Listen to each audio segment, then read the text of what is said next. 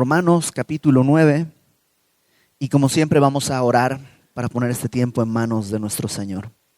Padre, gracias porque podemos acercarnos a ti a través de tu palabra y en ella podemos encontrar tu consejo, tu dirección, tu consuelo y tu fortaleza. Abre nuestro corazón para que podamos recibir en verdad aquello que tú quieras decirnos y que de esta manera tú seas glorificado.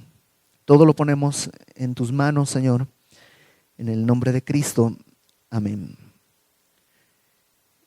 La carta de Pablo a los romanos comenzó hablándonos acerca de la necesidad del evangelio y la necesidad del evangelio en toda persona, el inmoral, pero también el que es moralista, el religioso.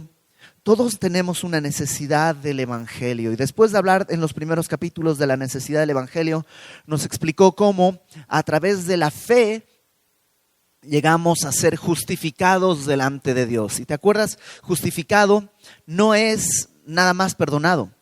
Justificado es más que ser perdonado. Justificado es ser hecho justo. Como si nunca hubiéramos pecado, como si nunca hubiéramos fallado. A través del sacrificio de Cristo, con la fe en el sacrificio de Cristo, Dios nos limpia y nos hace justos. Y esa justificación, ¿te acuerdas? Justificados por la fe, tenemos paz para con Dios, tenemos entrada a una gracia, hay muchos beneficios. Pero entre los beneficios que Pablo desarrolla, a través de la justificación viene la santidad. Y la santidad es este proceso que dura toda la vida, mediante el cual el Señor nos va apartando cada vez más y más áreas de nuestra vida son santificadas y son, digamos, controladas por el Señor a través de su Espíritu Santo. Y todo eso termina en el capítulo 8, en que Pablo hace una declaración maravillosa diciendo: nada puede separarnos del amor de Dios que es en Cristo Jesús, Señor nuestro. Ni lo alto, ni lo profundo, ni ninguna cosa creada nos puede separar del amor de Dios que es en Cristo Jesús. Ni la muerte, ni la vida, ni el presente, ni lo porvenir, nada nos puede separar. Eso nos lleva a dos preguntas. La primera pregunta es: ¿qué garantía tenemos de eso? O sea, ¿en verdad va a ser así? ¿Y qué garantía tenemos? Porque la segunda pregunta es: ¿qué pasó con Israel? Israel también era su pueblo, pero pareciera que Israel está pues separado de Dios. De hecho, muchas veces Pablo a lo largo de la carta nos aclaró que aunque Abraham es el padre de la nación judía, también es el padre de la fe. Entonces no es un asunto de linaje, de raza, de sangre, sino es algo distinto. Entonces Pablo va a contestar qué pasa con el pueblo de Israel en los capítulos 9, 10 y 11. La semana pasada, Isaac nos hablaba de este gran debate que hay entre los teólogos, ¿no? Los teólogos hablan de una soberanía de Dios al escoger. Y Dios escoge a los que van a ser salvos y los escoge porque Él quiere, a los que Él quiere y porque quiere. No hay ninguna otra explicación ni ninguna razón. Y el que es escogido, pues está escogido y punto. Eso pues es más o menos la corriente que se llama del calvinismo, ¿no? De los neorreformados o los reformados, que hablan de esa soberanía. ¿Y sabes qué? Es bíblica. Dios escoge. De hecho, la semana pasada, ahorita lo vamos a leer, pero dice, sí, versículo 6 del capítulo 9, hablando de Israel, dice, sí, Israel tuvo todo, pero ¿por qué no permanecieron? Dice, no que la palabra de Dios haya fallado, porque no todos los que descienden de Israel son israelitas, ni por ser descendientes de Abraham son todos hijos, sino en Isaac te será llamada descendencia. Abraham tuvo varios hijos, pero solo en Isaac vendría la descendencia escogida. Tuvo muchos hijos, tuvo no solamente Isaac e Ismael, después tuvo otros hijos más, pero solo en Isaac viene la descendencia. ¿Por qué? Porque Dios lo escogió así, soberanía de Dios. Luego dice, verso 7, verso 8, esto es, no los que son hijos según la carne son los hijos de Dios, sino que los que son hijos según la promesa son contados como descendientes. Porque la palabra de la promesa es esta: por este tiempo vendré y Sara tendrá un hijo. Por eso Isaac es el escogido. Dios le había prometido a Abraham que de su esposa tendría un hijo, que es Isaac. Ismael vino de otra mujer y los otros hijos vinieron de otra mujer. Pero este es el hijo de la promesa, este es el hijo que Dios toma como válido. Verso 10, no solo esto, o sea, no solo en Abraham, sino que también cuando Rebeca es la esposa de Isaac, este hijo escogido, crece, se casa con Rebeca. Cuando Rebeca concibió de Isaac, nuestro padre, pues no habían aún nacido, ni habían hecho aún ni bien ni mal, para que el propósito de Dios conforme a la elección permaneciese, no por obras, sino por aquel que llama. Se le dijo, el mayor servirá al menor. Rebeca e Isaac tuvieron gemelos. Y al ser gemelos quiere decir que nacieron, pues, digamos juntos, ¿no? El mismo día, ¿no? No al mismo tiempo, pero sí el mismo momento. Y la palabra, antes de que nacieran, se da diciendo que Jacob era el elegido y no Esaú. Porque podríamos discutir, bueno, Ismael era un Ismael hijo de otra mujer, no era el hijo de Sara, por eso Dios escogió a Isaac. Bueno, pero en este caso son gemelos, tienen los mismos papás, nacen el mismo día, todavía no han hecho, dice, ni bien ni mal, y Dios ya había escogido a uno. Dice, el mayor servirá al menor, como está escrito, a Jacob amé, mas a Esaú aborrecí. Y Pablo está dejando muy en clara la soberanía de Dios al escoger. Ni habían nacido y Dios ya había escogido a Jacob. A todos eso nos hace ruido. La primera vez que lo lees dices, pero es que no es injusto Dios, porque si ni habían nacido, pues ¿qué esperanza tenía Esaú? Pues antes de nacer ya estaba todo perdido. Y Pablo contesta eso, que es donde vamos a comenzar, verso 14. ¿Qué pues diremos? ¿Hay injusticia en Dios? ¿Dios es injusto? Y responde, en ninguna manera. ¿Por qué? Porque ¿te acuerdas que hemos hablado que todos necesitamos el Evangelio, porque todos estamos perdidos, todos hemos sido destituidos de la gloria de Dios, todos hemos pecado, todos nos apartamos por nuestro camino? Lo justo sería condenar a, pongamos el ejemplo, a Jacob y a Esaú. Lo justo sería condenarlos. Si Dios escoge a Jacob, no es injusticia, sino misericordia. No sé si queda claro esto. Lo justo sería que todos en este planeta fuésemos condenados. Todos. No hay ni uno que dijera, no. Todos, aún antes de nacer, merecemos ser condenados por nuestra condición de pecadores delante de Dios. El hecho de que Dios escoja no es una muestra de injusticia, sino de misericordia. Ahora, nadie puede demandar misericordia. Tienes que tener, porque la misericordia es parte de la naturaleza de dádiva de Dios. El Señor Jesús puso esto en una parábola cuando un hombre sale a la plaza y contrata a unos trabajadores a las 6 de la mañana y están trabajando y les dice, les daré un día de jornal por su trabajo. Luego más adelante a media mañana va a la plaza y toma otros trabajadores y les dice, les pagaré lo que es justo. Y van. Y luego a mediodía va y dice, pues más trabajadores y les dice, les pagaré lo que es justo, y van otra vez al campo. Y al final de la tarde, casi por terminar la jornada laboral, vuelve a ir a la plaza y recoge a otros trabajadores, les dice, les pagaré lo que es justo, los lleva a su campo y empiezan a trabajar. Ahora, hay personas que estuvieron desde las 6 de la mañana y hay personas que llegaron a las 5 de la tarde. Y a las 6, a la hora del cobro, este capataz le dice a los últimos que fueron contratados, vengan a cobrar lo que es justo. Y les da un jornal entero. Trabajaron 1 hora y les da un jornal entero.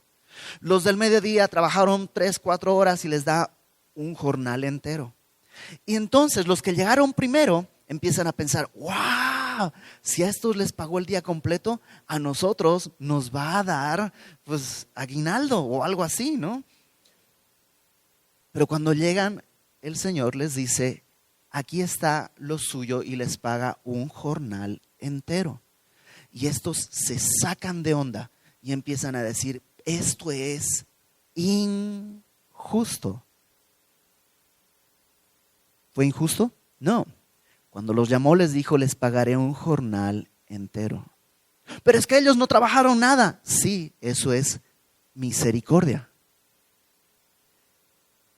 Y nadie puede decirle al Señor qué hacer con su misericordia. La elección de Dios no tiene que ver con la justicia, sino con su naturaleza de misericordia. Entonces dice, y está esta parte clásica, ¿no? De a Jacob amé, mas a Esaú aborrecí. Lo sorprendente no es que haya aborrecido a Esaú, sino que haya amado a Jacob. Porque si tú vivieras en el mismo fraccionamiento que vive Esaú, vivirías tranquilo, porque Esaú, sus hijos no hacen nada, él está ahí en su casa, sus ondas, no pasa nada. Si vivieras en el fraccionamiento que vive Jacob, ay nanita, Jacob sí era una fichita, tu coche aparecería rayado, te rompen los vidrios. Jacob era verdaderamente terrible, pero a él amó y escogió por gracia. Ahora, sigamos adelante. Hablando de la misericordia de Dios, dice, a Moisés Dios le dijo, tendré misericordia del que yo tenga misericordia y me compadeceré del que yo me compadezca. ¿Qué está diciendo el Señor? Soy soberano. Extiendo misericordia al que yo extiendo misericordia y me compadezco del que yo me compadezca. Ahora Pablo está citando esto, está en Éxodo 33. ¿Y sabes qué momento es? Cuando el pueblo estuvo bailando alrededor del becerro de oro y Dios le dice a Moisés, los voy a exterminar y te voy a dar un nuevo pueblo. Porque tu pueblo, aparte es una parte muy cómica, porque Dios le dice a Moisés, tu pueblo es idólatra. Y Moisés le dice, no, espérate, es tu pueblo, tú lo sacaste. Entonces Dios le dice a Moisés, los voy a exterminar y te voy a levantar una nación con un corazón menos terco. Y Moisés empieza a interceder, a decirle, no Señor, no hagas eso, porque van a hablar mal de ti. Van a decir que no pudiste llevarlos hasta la tierra prometida y por eso los exterminaste. Y entonces Dios accede a tener misericordia. Y Dios le dice a Moisés, yo iré contigo. Moisés le dice, si tú no vas conmigo, yo no quiero saber nada. O sea, solo me muevo si tú vas delante de mí. Y Dios le dice, ok, iré delante de ti. Entonces Moisés, ya entrado pues, en gastos, ya le pidió que fuera delante de él. Le dice, quiero ver tu rostro. Y Dios le dice, no puedes ver mi rostro. Pero aquí hay una peña, literal es una roca. Y te esconderé en la hendidura de la roca y pondré mi mano y proclamaré mi nombre delante de ti. O sea, no vas a ver mi rostro, pero vas a saber quién soy. Y entonces le dice, yo soy el que tiene misericordia del que tiene misericordia y se compadece del que quiere compadecerse. Entonces, cuando Pablo está citando esto, no está diciendo que Dios solo tiene misericordia de los que Él quiere, sino que la naturaleza de Dios es de misericordia. Entonces, así que, verso 16, no depende del que quiere ni del que corre, sino de Dios que tiene misericordia. Esto es importante. No dice depende de Dios si tiene misericordia. Ahí sería como que, pues, híjole, no depende de ti, de cuánto te esfuerces, depende de con qué humor agarres al Señor. Si tiene misericordia, pues te va a recibir. No, dice, no depende del que quiere, no depende del que corre, sino depende de Dios que tiene misericordia. Esa es la naturaleza del Señor. Y sí, es un Dios soberano que escoge a los que Él quiere porque Él quiere, pero es un Dios de misericordia. ¿Sí cachas la idea? Ahora, sigamos adelante. Verso 17, que ahí nos quedamos la semana pasada. Verso 17 comenzamos. Porque la Escritura dice a Faraón, y pone otro ejemplo. Primero puso a Moisés como un ejemplo de cómo Dios se reveló en su misericordia. Ahora pone a Faraón. Para esto mismo, la Escritura dice a Faraón, para esto mismo te he levantado, para mostrar en ti mi poder y para que mi nombre sea anunciado por toda la tierra. Y una vez más nuestro corazón empieza a decir, pues entonces, ¿qué culpa tiene Faraón? Si Dios lo puso ahí para mostrar su poder, ¿qué podía hacer Faraón? Pues, ¿qué más le quedaba si Dios lo puso ahí? Pero ojo, lo que Dios dice, te he levantado para mostrar en ti mi poder y para que mi nombre sea anunciado por toda la tierra. ¿Tú crees que si Faraón no hubiera agachado la cabeza, no hubiera reconocido que Jehová es el Dios de dioses, el Señor de señores, si hubiera dejado por las buenas ir al pueblo, ¿no hubiera Dios cumplido también su propósito de haberlo puesto ahí para hacer conocer su poder y para que su nombre sea anunciado por toda la tierra? Claro. O sea, Dios no está diciendo, puse a Faraón ahí para aplastarlo, sino que mi propósito era glorificarme y me glorifiqué. Y Pablo empieza a poner una línea que va a ir poco a poco desarrollando. Y es esta. Dios es soberano, escoge a quien Él quiere, pero al mismo tiempo tú y yo somos responsables. Tú y yo tenemos una responsabilidad. Ahora, dentro del ámbito de la teología, te decía que cuando hablamos de la soberanía de Dios, ese es el calvinismo. Pero dentro de la teología, cuando hablamos de la responsabilidad humana, nos movemos al otro espectro del panorama y entramos en lo que son los arminianos. Y los arminianos dicen, no, Dios pagó el pecado de todos, pero el que quiere levanta la mano y entonces es salvo. Ya está abierta la puerta, pero tú tienes que decidir. Y los calvinistas dicen, no puedes decidir porque estás muertos en tus delitos y pecados, nunca podrías decidir lo bueno. Y entonces los arminianos dicen, bueno, si estás muerto tampoco podrías pecar. Y ahí hay un pleito entre los dos, pero ese es un asunto que no tiene solución. ¿Por qué?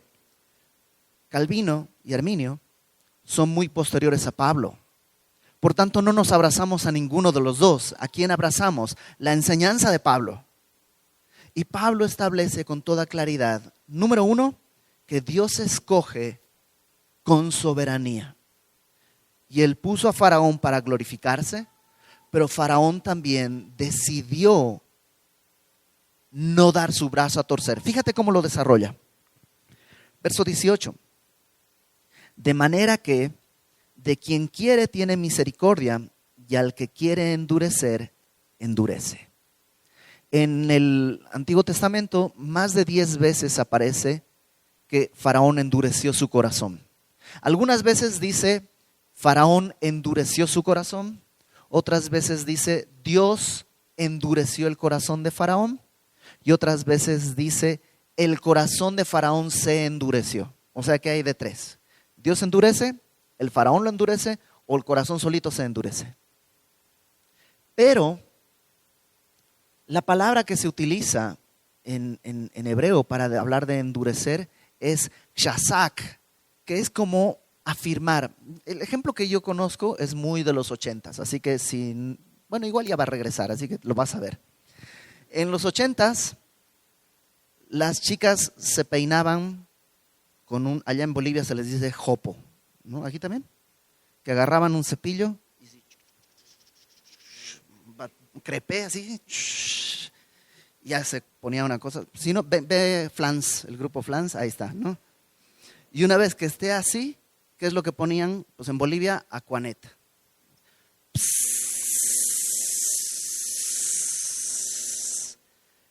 Y eso endurecía el cabello. Es más o menos esa idea que quiere transmitirnos la Biblia. Faraón puso su corazón rechazando y resistiendo al Señor. Y Dios dice, ok, son 10 plagas. ¿Dios no tuvo misericordia de Faraón?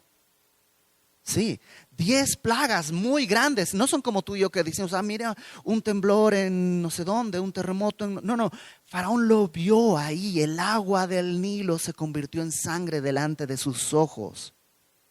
Vio todas estas cosas y no quiso ceder ante la misericordia de Dios. Y Dios le dice, ok, eso es lo que quieres. Tu corazón va a quedar ahí endurecido. Entonces no es que Dios está diciendo a Faraón, lo hice pecar, ¿no?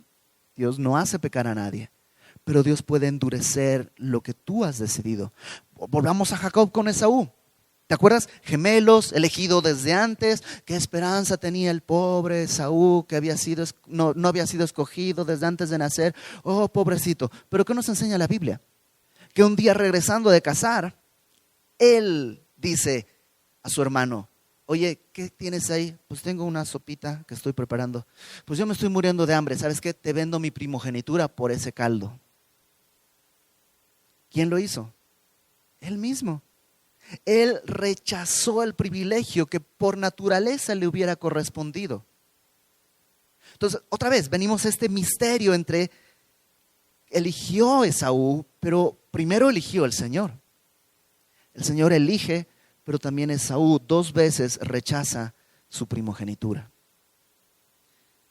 Lo mismo ocurre aquí con Faraón. Y Faraón pues endureció su corazón y el Señor lo afirmó en la decisión. También eso nos da un consuelo, porque si tú quieres servir al Señor y seguirle, puedes tener la certeza que el Señor va a endurecer tu corazón ahí, en seguirle en su voluntad, en perseverar en Él, porque va a ser su obra. No permanecemos con nuestros méritos, sino porque Dios nos sostiene ahí. Ahora, yo sé que estás preguntándote, yo sé que estás pensando en tu mente, y no porque sea yo aquí telépata, sino porque Pablo lo sabía y lo desarrolla en el versículo 19. Dice, me dirás, ok, de quien tiene misericordia, a quien quiere endurecer, endurece. Me dirás, ¿por qué? Pues sin culpa. O sea, entonces, ¿por qué Dios le echa la culpa a alguien? ¿Quién ha resistido su voluntad? Si Faraón fue puesto para eso, pues ¿quién puede decir que no? Pensemos en Judas. Alguien tenía que entregar a Jesús. Y pues si Judas era, pues ¿qué culpa tenía Judas? Alguien tenía que hacerlo. Pero ese razonamiento suena mucho al razonamiento de Adán después de haber pecado. ¿A quién hay que echarle la culpa? Señor, pues le echo la culpa a mi esposa, pues la voy a ver mal, ¿no? Entonces, Señor, pues la culpa la tienes tú. La mujer que tú me diste es la que me hizo pecar. Y aquí estamos en lo mismo. En vez de ver la necesidad de un Salvador, todos volteamos a ver, pero entonces Dios lo hizo. Y Pablo no responde eso más que con otras preguntas. Fíjate, ¿por qué inculpa? ¿Quién ha resistido su voluntad? Verso 20, mas antes, oh hombre, ¿quién eres tú para que alterques con Dios? La primera pregunta de Pablo es, ¿crees que tienes derecho a pedirle cuentas al Señor? ¿Quién eres tú para decirle, Señor, por qué? ¿Has oído esas personas que dicen, cuando un día muera y llegue al cielo, le voy a preguntar muchas cosas a Dios y me va a escuchar?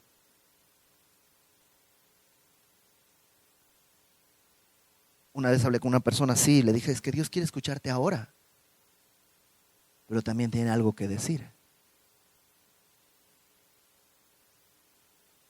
¿Quién eres tú para que alterques con Dios? Dirá el vaso de barro al que lo formó, ¿por qué me has hecho así? Y pone este ejemplo de un alfarero. Mi mamá hacía cerámica, entonces pues mucho tiempo se la pasaba en el taller haciendo cerámica y yo desde niño iba y pues trataba, pero mi mamá se quedó todito el talento para ella sola. A mí no me dio nada, entonces me salían las cosas bien feas, entonces las tenía que deshacer y volver a armar y deshacer y volver a armar. ¿Y sabes por qué podía hacerlo? Porque mi naturaleza de ser humano es superior a la del barro, que es inerte. O sea, el barro es barro nomás, es cerámica, arcilla. Entonces no le tengo que preguntar su opinión, o sea, no converso con el barro porque somos de naturalezas muy distintas.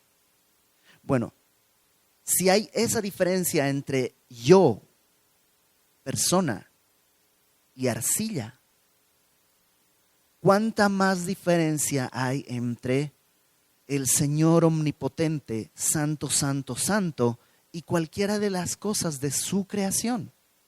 Por lo menos el barro y yo compartimos un mismo origen, porque el hombre fue formado del polvo de la tierra. Pero como creación, no tenemos, es decir, Dios se hizo hombre, pero no tenemos nada en común con el Señor en ese sentido. Su naturaleza es muchísimo más alta que la que tú y yo pudiéramos tener. Entonces, si yo puedo hacer un vaso de barro y nunca el vaso de barro me dijo, oye, ¿qué onda? Hazme bien, ¿no? ¿Cómo yo podría altercar con Dios a decirle, Señor, ¿por qué estás haciendo esto? No tiene potestad, verso 21, el alfarero sobre el barro para hacer de la misma masa un vaso para honra y otro para deshonra. Sí. Podías hacer un vaso para cosas muy de lujo, para exhibir, o podrías hacer algo para cosas cotidianas. Uno para cosas honrosas, otro para deshonra. ¿Puede hacerlo? Sí. ¿Y qué? Verso 22. Si Dios, queriendo mostrar su ira y hacer notorio su poder, soportó con mucha paciencia los vasos de ira preparados para destrucción. Dios dice, quiso mostrar su ira y también quiso mostrar su poder, soportando con paciencia los vasos que estaban llenos de ira, dice, preparados para destrucción. Ahora, no me gusta meterme mucho en cosas así porque normalmente nos perdemos, pero en griego esa frase preparados para destrucción está descrito de una manera pasiva. ¿Qué quiere decir pasiva? Que no está el que la hace en el objeto. Por ejemplo, si yo horneo un pastel, el verbo es activo porque yo estoy horneando un pastel. Pero si le preguntaras al pastel, el pastel te diría, yo estoy siendo horneado. Eso es pasivo, está recibiendo la acción. Bueno, acá los vasos preparados para destrucción, no dice que Dios los preparó para destrucción. No sé si me explico. Dios soportó estos vasos que están preparados para destrucción, pero no dice que Dios los preparó para destrucción. Lo que dice es que Dios los estuvo soportando para mostrar su poder. ¿Quién los preparó para destrucción entonces? Pues nuestra propia carne, Satanás y el mundo. O sea, todos estábamos ahí. Ahora dice, verso 23, y para hacer notorias las riquezas de su gloria, las mostró para con los vasos de misericordia. Y fíjate el énfasis, que Él preparó de antemano para gloria. Aquí sí dice que Él preparó de antemano los vasos de misericordia para gloria. A los cuales, a estos vasos, ha llamado, esto es, a nosotros, no solo de los judíos, sino también de los gentiles. Para decirlo de una frase más sencilla y más corta, lo que Pablo está diciendo es, el Señor es soberano. Y como un alfarero puede moldear el barro como Él quiere, y el barro no tiene la manera de pedirle cuentas, de esa manera Dios moldea la humanidad como Él quiere. Y si quiere hacer vasos de honra y vasos de deshonra, no podemos discutirle. Pero Él ha formado vasos de misericordia para mostrar su gloria, no solo entre el pueblo judío, sino también entre los gentiles. Verso 25. Y como siempre hace Pablo, ahora va a poner un apoyo bíblico. O sea, Pablo no dice créanme, sino esto lo dice la Escritura. Ahora pone el apoyo bíblico. También dice, está en Oseas, llamaré pueblo mío al que no era mi pueblo, y a la no amada, amada.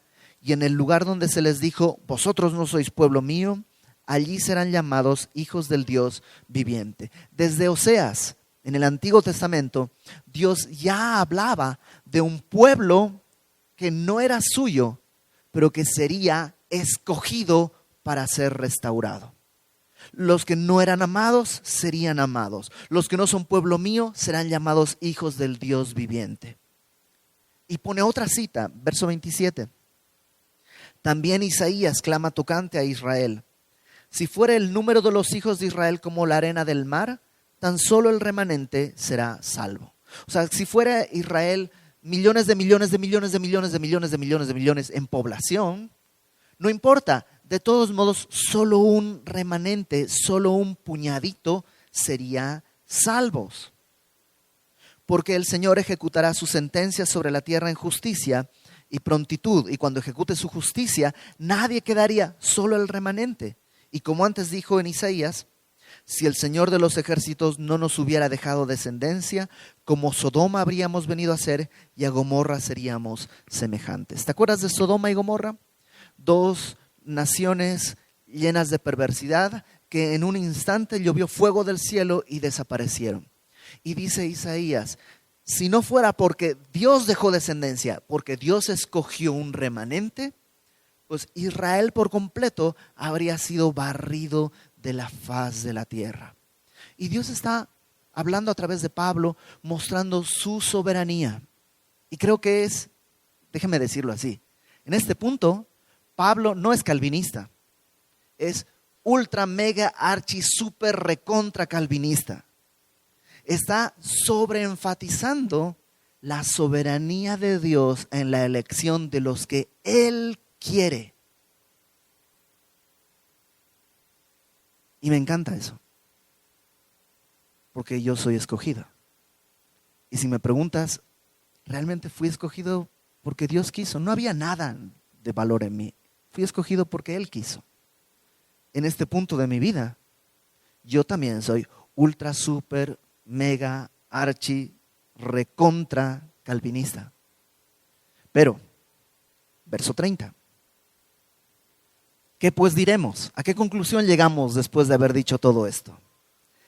Que los gentiles, los que no son judíos, que no iban tras la justicia, ¿qué hacían los gentiles? Pues adoraban a sus ídolos, vivían en inmoralidad, vivían como querían. No iban tras la justicia. No sé tú, pero a mí Dios me encontró exactamente igual. Yo no estaba buscando, Señor, quiero encontrarte. No, yo estaba buscando mi vida. Yo vine a México a ser rico y famoso. No iban tras la justicia, pero dice, han alcanzado la justicia. ¿Cómo alcanzaron la justicia? Es decir, la justicia que es por fe. Los gentiles iban cada quien buscando su propio destino y se encontraron con el evangelio y por fe, ahora podemos decir, justificados por la fe tenemos paz para con Dios. No por querer hacer algo bueno. Encarrerados con impulso hacia la perversidad, el Señor nos encontró y por fe nos ha hecho justos. Pero Israel, dice Israel, que iba tras una ley de justicia, no la alcanzó.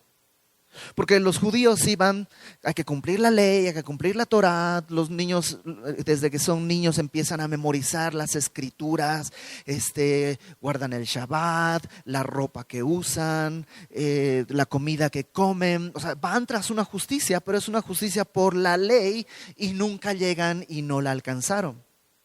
¿Por qué? Por todo el contexto que hemos venido leyendo, lo lógico sería que Pablo respondiera, porque Dios lo escogió así, ¿sí o no? En este modo ultra, mega, archi, recontra calvinista. Lo lógico sería decir, ¿por qué no alcanzaron la justicia? Porque Dios lo escogió así. Pero fíjate la respuesta de Pablo. ¿Por qué no la alcanzaron? Porque iban tras ella, no por fe, sino como por obras de la ley. Y sabes, mueve toda la responsabilidad sobre cada uno de nosotros. Y se hace ultra, mega, archi, recontra arminiano. y empieza a decir, no es un asunto que Dios no los escogió, porque todo el capítulo habló de que Dios escogió. ¿Por qué ellos no llegaron? Porque iban tras esta ley, tras esta justicia, como por obras y no por fe. Y dice, tropezaron en la piedra de tropiezo, como está escrito, he aquí, pongo en Sión piedra de tropiezo y roca de caída, el que creyere en él no será avergonzado. Tropezaron en esto. ¿Cómo tropezaron en esto? Pues un judío que ha estado tratando de cumplir la ley toda su vida, ha hecho sacrificios, ha hecho todo tipo de cosas para cumplir la ley, de pronto se da cuenta que nada de eso sirve. Esa noticia te lleva a dos conclusiones. Uno, decir, ¿cómo que no? Yo creo que si Dios valora realmente mis esfuerzos, sí me va a dejar pasar al cielo, porque sabe lo que yo me esforcé. La otra es decir, wow, realmente me esforcé y nada de eso alcanza. Entonces no tengo esperanza si no es la gracia de Dios. Yo no podría llegar a no ser que Dios me escogiera. Y volvemos a este gran misterio, ¿no? En el que Cristo es a la vez la piedra en la que tropiezan muchos, o la piedra que nos aplasta, pero a la vez nos da vida. La roca, ¿te acuerdas? Cuando Moisés le dice a Dios, quiero ver tu rostro, le dice, no puedes ver mi rostro, pero te meteré en la hendidura de la peña, en la roca. En esa roca que fue traspasada en su costado es donde tú y yo podemos guardarnos para conocer la naturaleza de Dios. Y esa naturaleza es misericordia. Y en esa misericordia el Señor pone delante de nosotros el espacio para una respuesta. Y ahí dice el pastor Jaime Foot, hay dos maneras de responder ante esto. Teniendo a Cristo como pues lo mejor que tenemos, o teniendo a Cristo como lo único que hay. Piensa en la cruz. Hay dos ladrones al lado del Señor. Uno de ellos piensa que Cristo es su mejor opción. Pues está clavado. ¿A quién puede acudir sino a Cristo? Cristo es mi mejor opción para bajar. Y entonces le dice, Señor, si eres el Mesías, bájate y bájame. Eres mi mejor opción. Ahora, si el sumo sacerdote llegara y dijera, vamos, ¿saben qué? Pues, hubo un esclarecimiento y la verdad ya nos dimos cuenta que este ladrón no era culpable, bájenlo de la cruz. Se baja de la cruz, les dice adiós a los demás y ya no necesita a Cristo. Cristo ya no es su opción, ya no es lo mejor que tiene. Pues ya pasó. Mientras que al otro lado de la cruz hay otro hombre que en vista de todo lo que está pasando y cómo insultan a Cristo y cómo lo golpean y cómo empieza a decir, Señor, Dios mío, ¿por qué me has abandonado? Y empieza a entender todo y se da cuenta, yo me voy a morir. Y Señor Jesús, tú también te vas a morir, pero tú vas a regresar porque eres el Señor. Acuérdate de mí cuando vengas en tu reino. Aquí yo estoy clavado porque lo merezco, pero tú no has hecho nada, estás ahí por alguna razón que no entiendo, mostrando un amor que nunca había visto. Acuérdate de mí cuando vengas en tu reino. Y a ese ladrón le podrían decir, ¿quieres bajar de la cruz y ser libre? Y podría haber dicho, me da lo mismo. Lo único que anhelo es la promesa que él me dijo. Hoy estarás conmigo en el paraíso. Y Cristo ya no es su mejor opción y Cristo no es lo mejor que tiene. Cristo es lo único a lo que quiere abrazarse. Él vio la misericordia de Dios y él sabe que fue escogido y en su misericordia tiene una respuesta. Así tú y yo. Cristo puede ser tu mejor opción para tener un buen matrimonio, para tener una buena familia. Pero ¿y si te dijeran hay un nuevo curso que puede conseguir todo eso? ¿Cambiarías de opción? Dios nos escoge en su soberanía y por amor. Y en su amor ahora pone delante de nosotros el poder responderle. Y que como Pablo podamos decir, para mí, morir es ganancia, porque estoy con Él todos los días. Entonces, ¿qué te parece si oramos?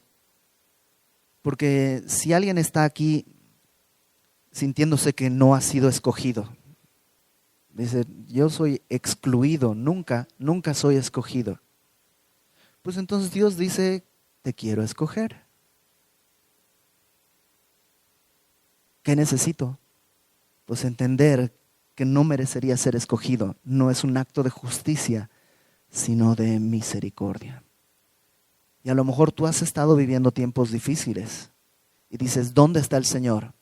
Y Dios dice, sigo aquí presente y atento. No lo puedes entender, como muchas cosas que no entendemos, pero sigo aquí, sigo atento y sigue siendo mi escogido. Vamos a orar. Señor, yo te ruego que tú reveles a nuestro corazón si es que alguien aquí está viviendo, incluso siendo cristiano, pero como si tú fueras la mejor opción. Si alguien aquí está viviendo como ese ladrón que veía en Cristo solo la esperanza de bajar y salir de sus problemas y poder vivir su vida, que el día de hoy tú traigas a ese corazón endurecido un nuevo aliento, una nueva vida, y que tú traigas libertad y que gobiernes, Señor, como Rey, gobiernes el corazón de aquellos que te han tomado como un accesorio. Y también te pedimos por aquellos que en verdad han sabido y han entendido que han sido escogidos y llamados por ti, que podamos en verdad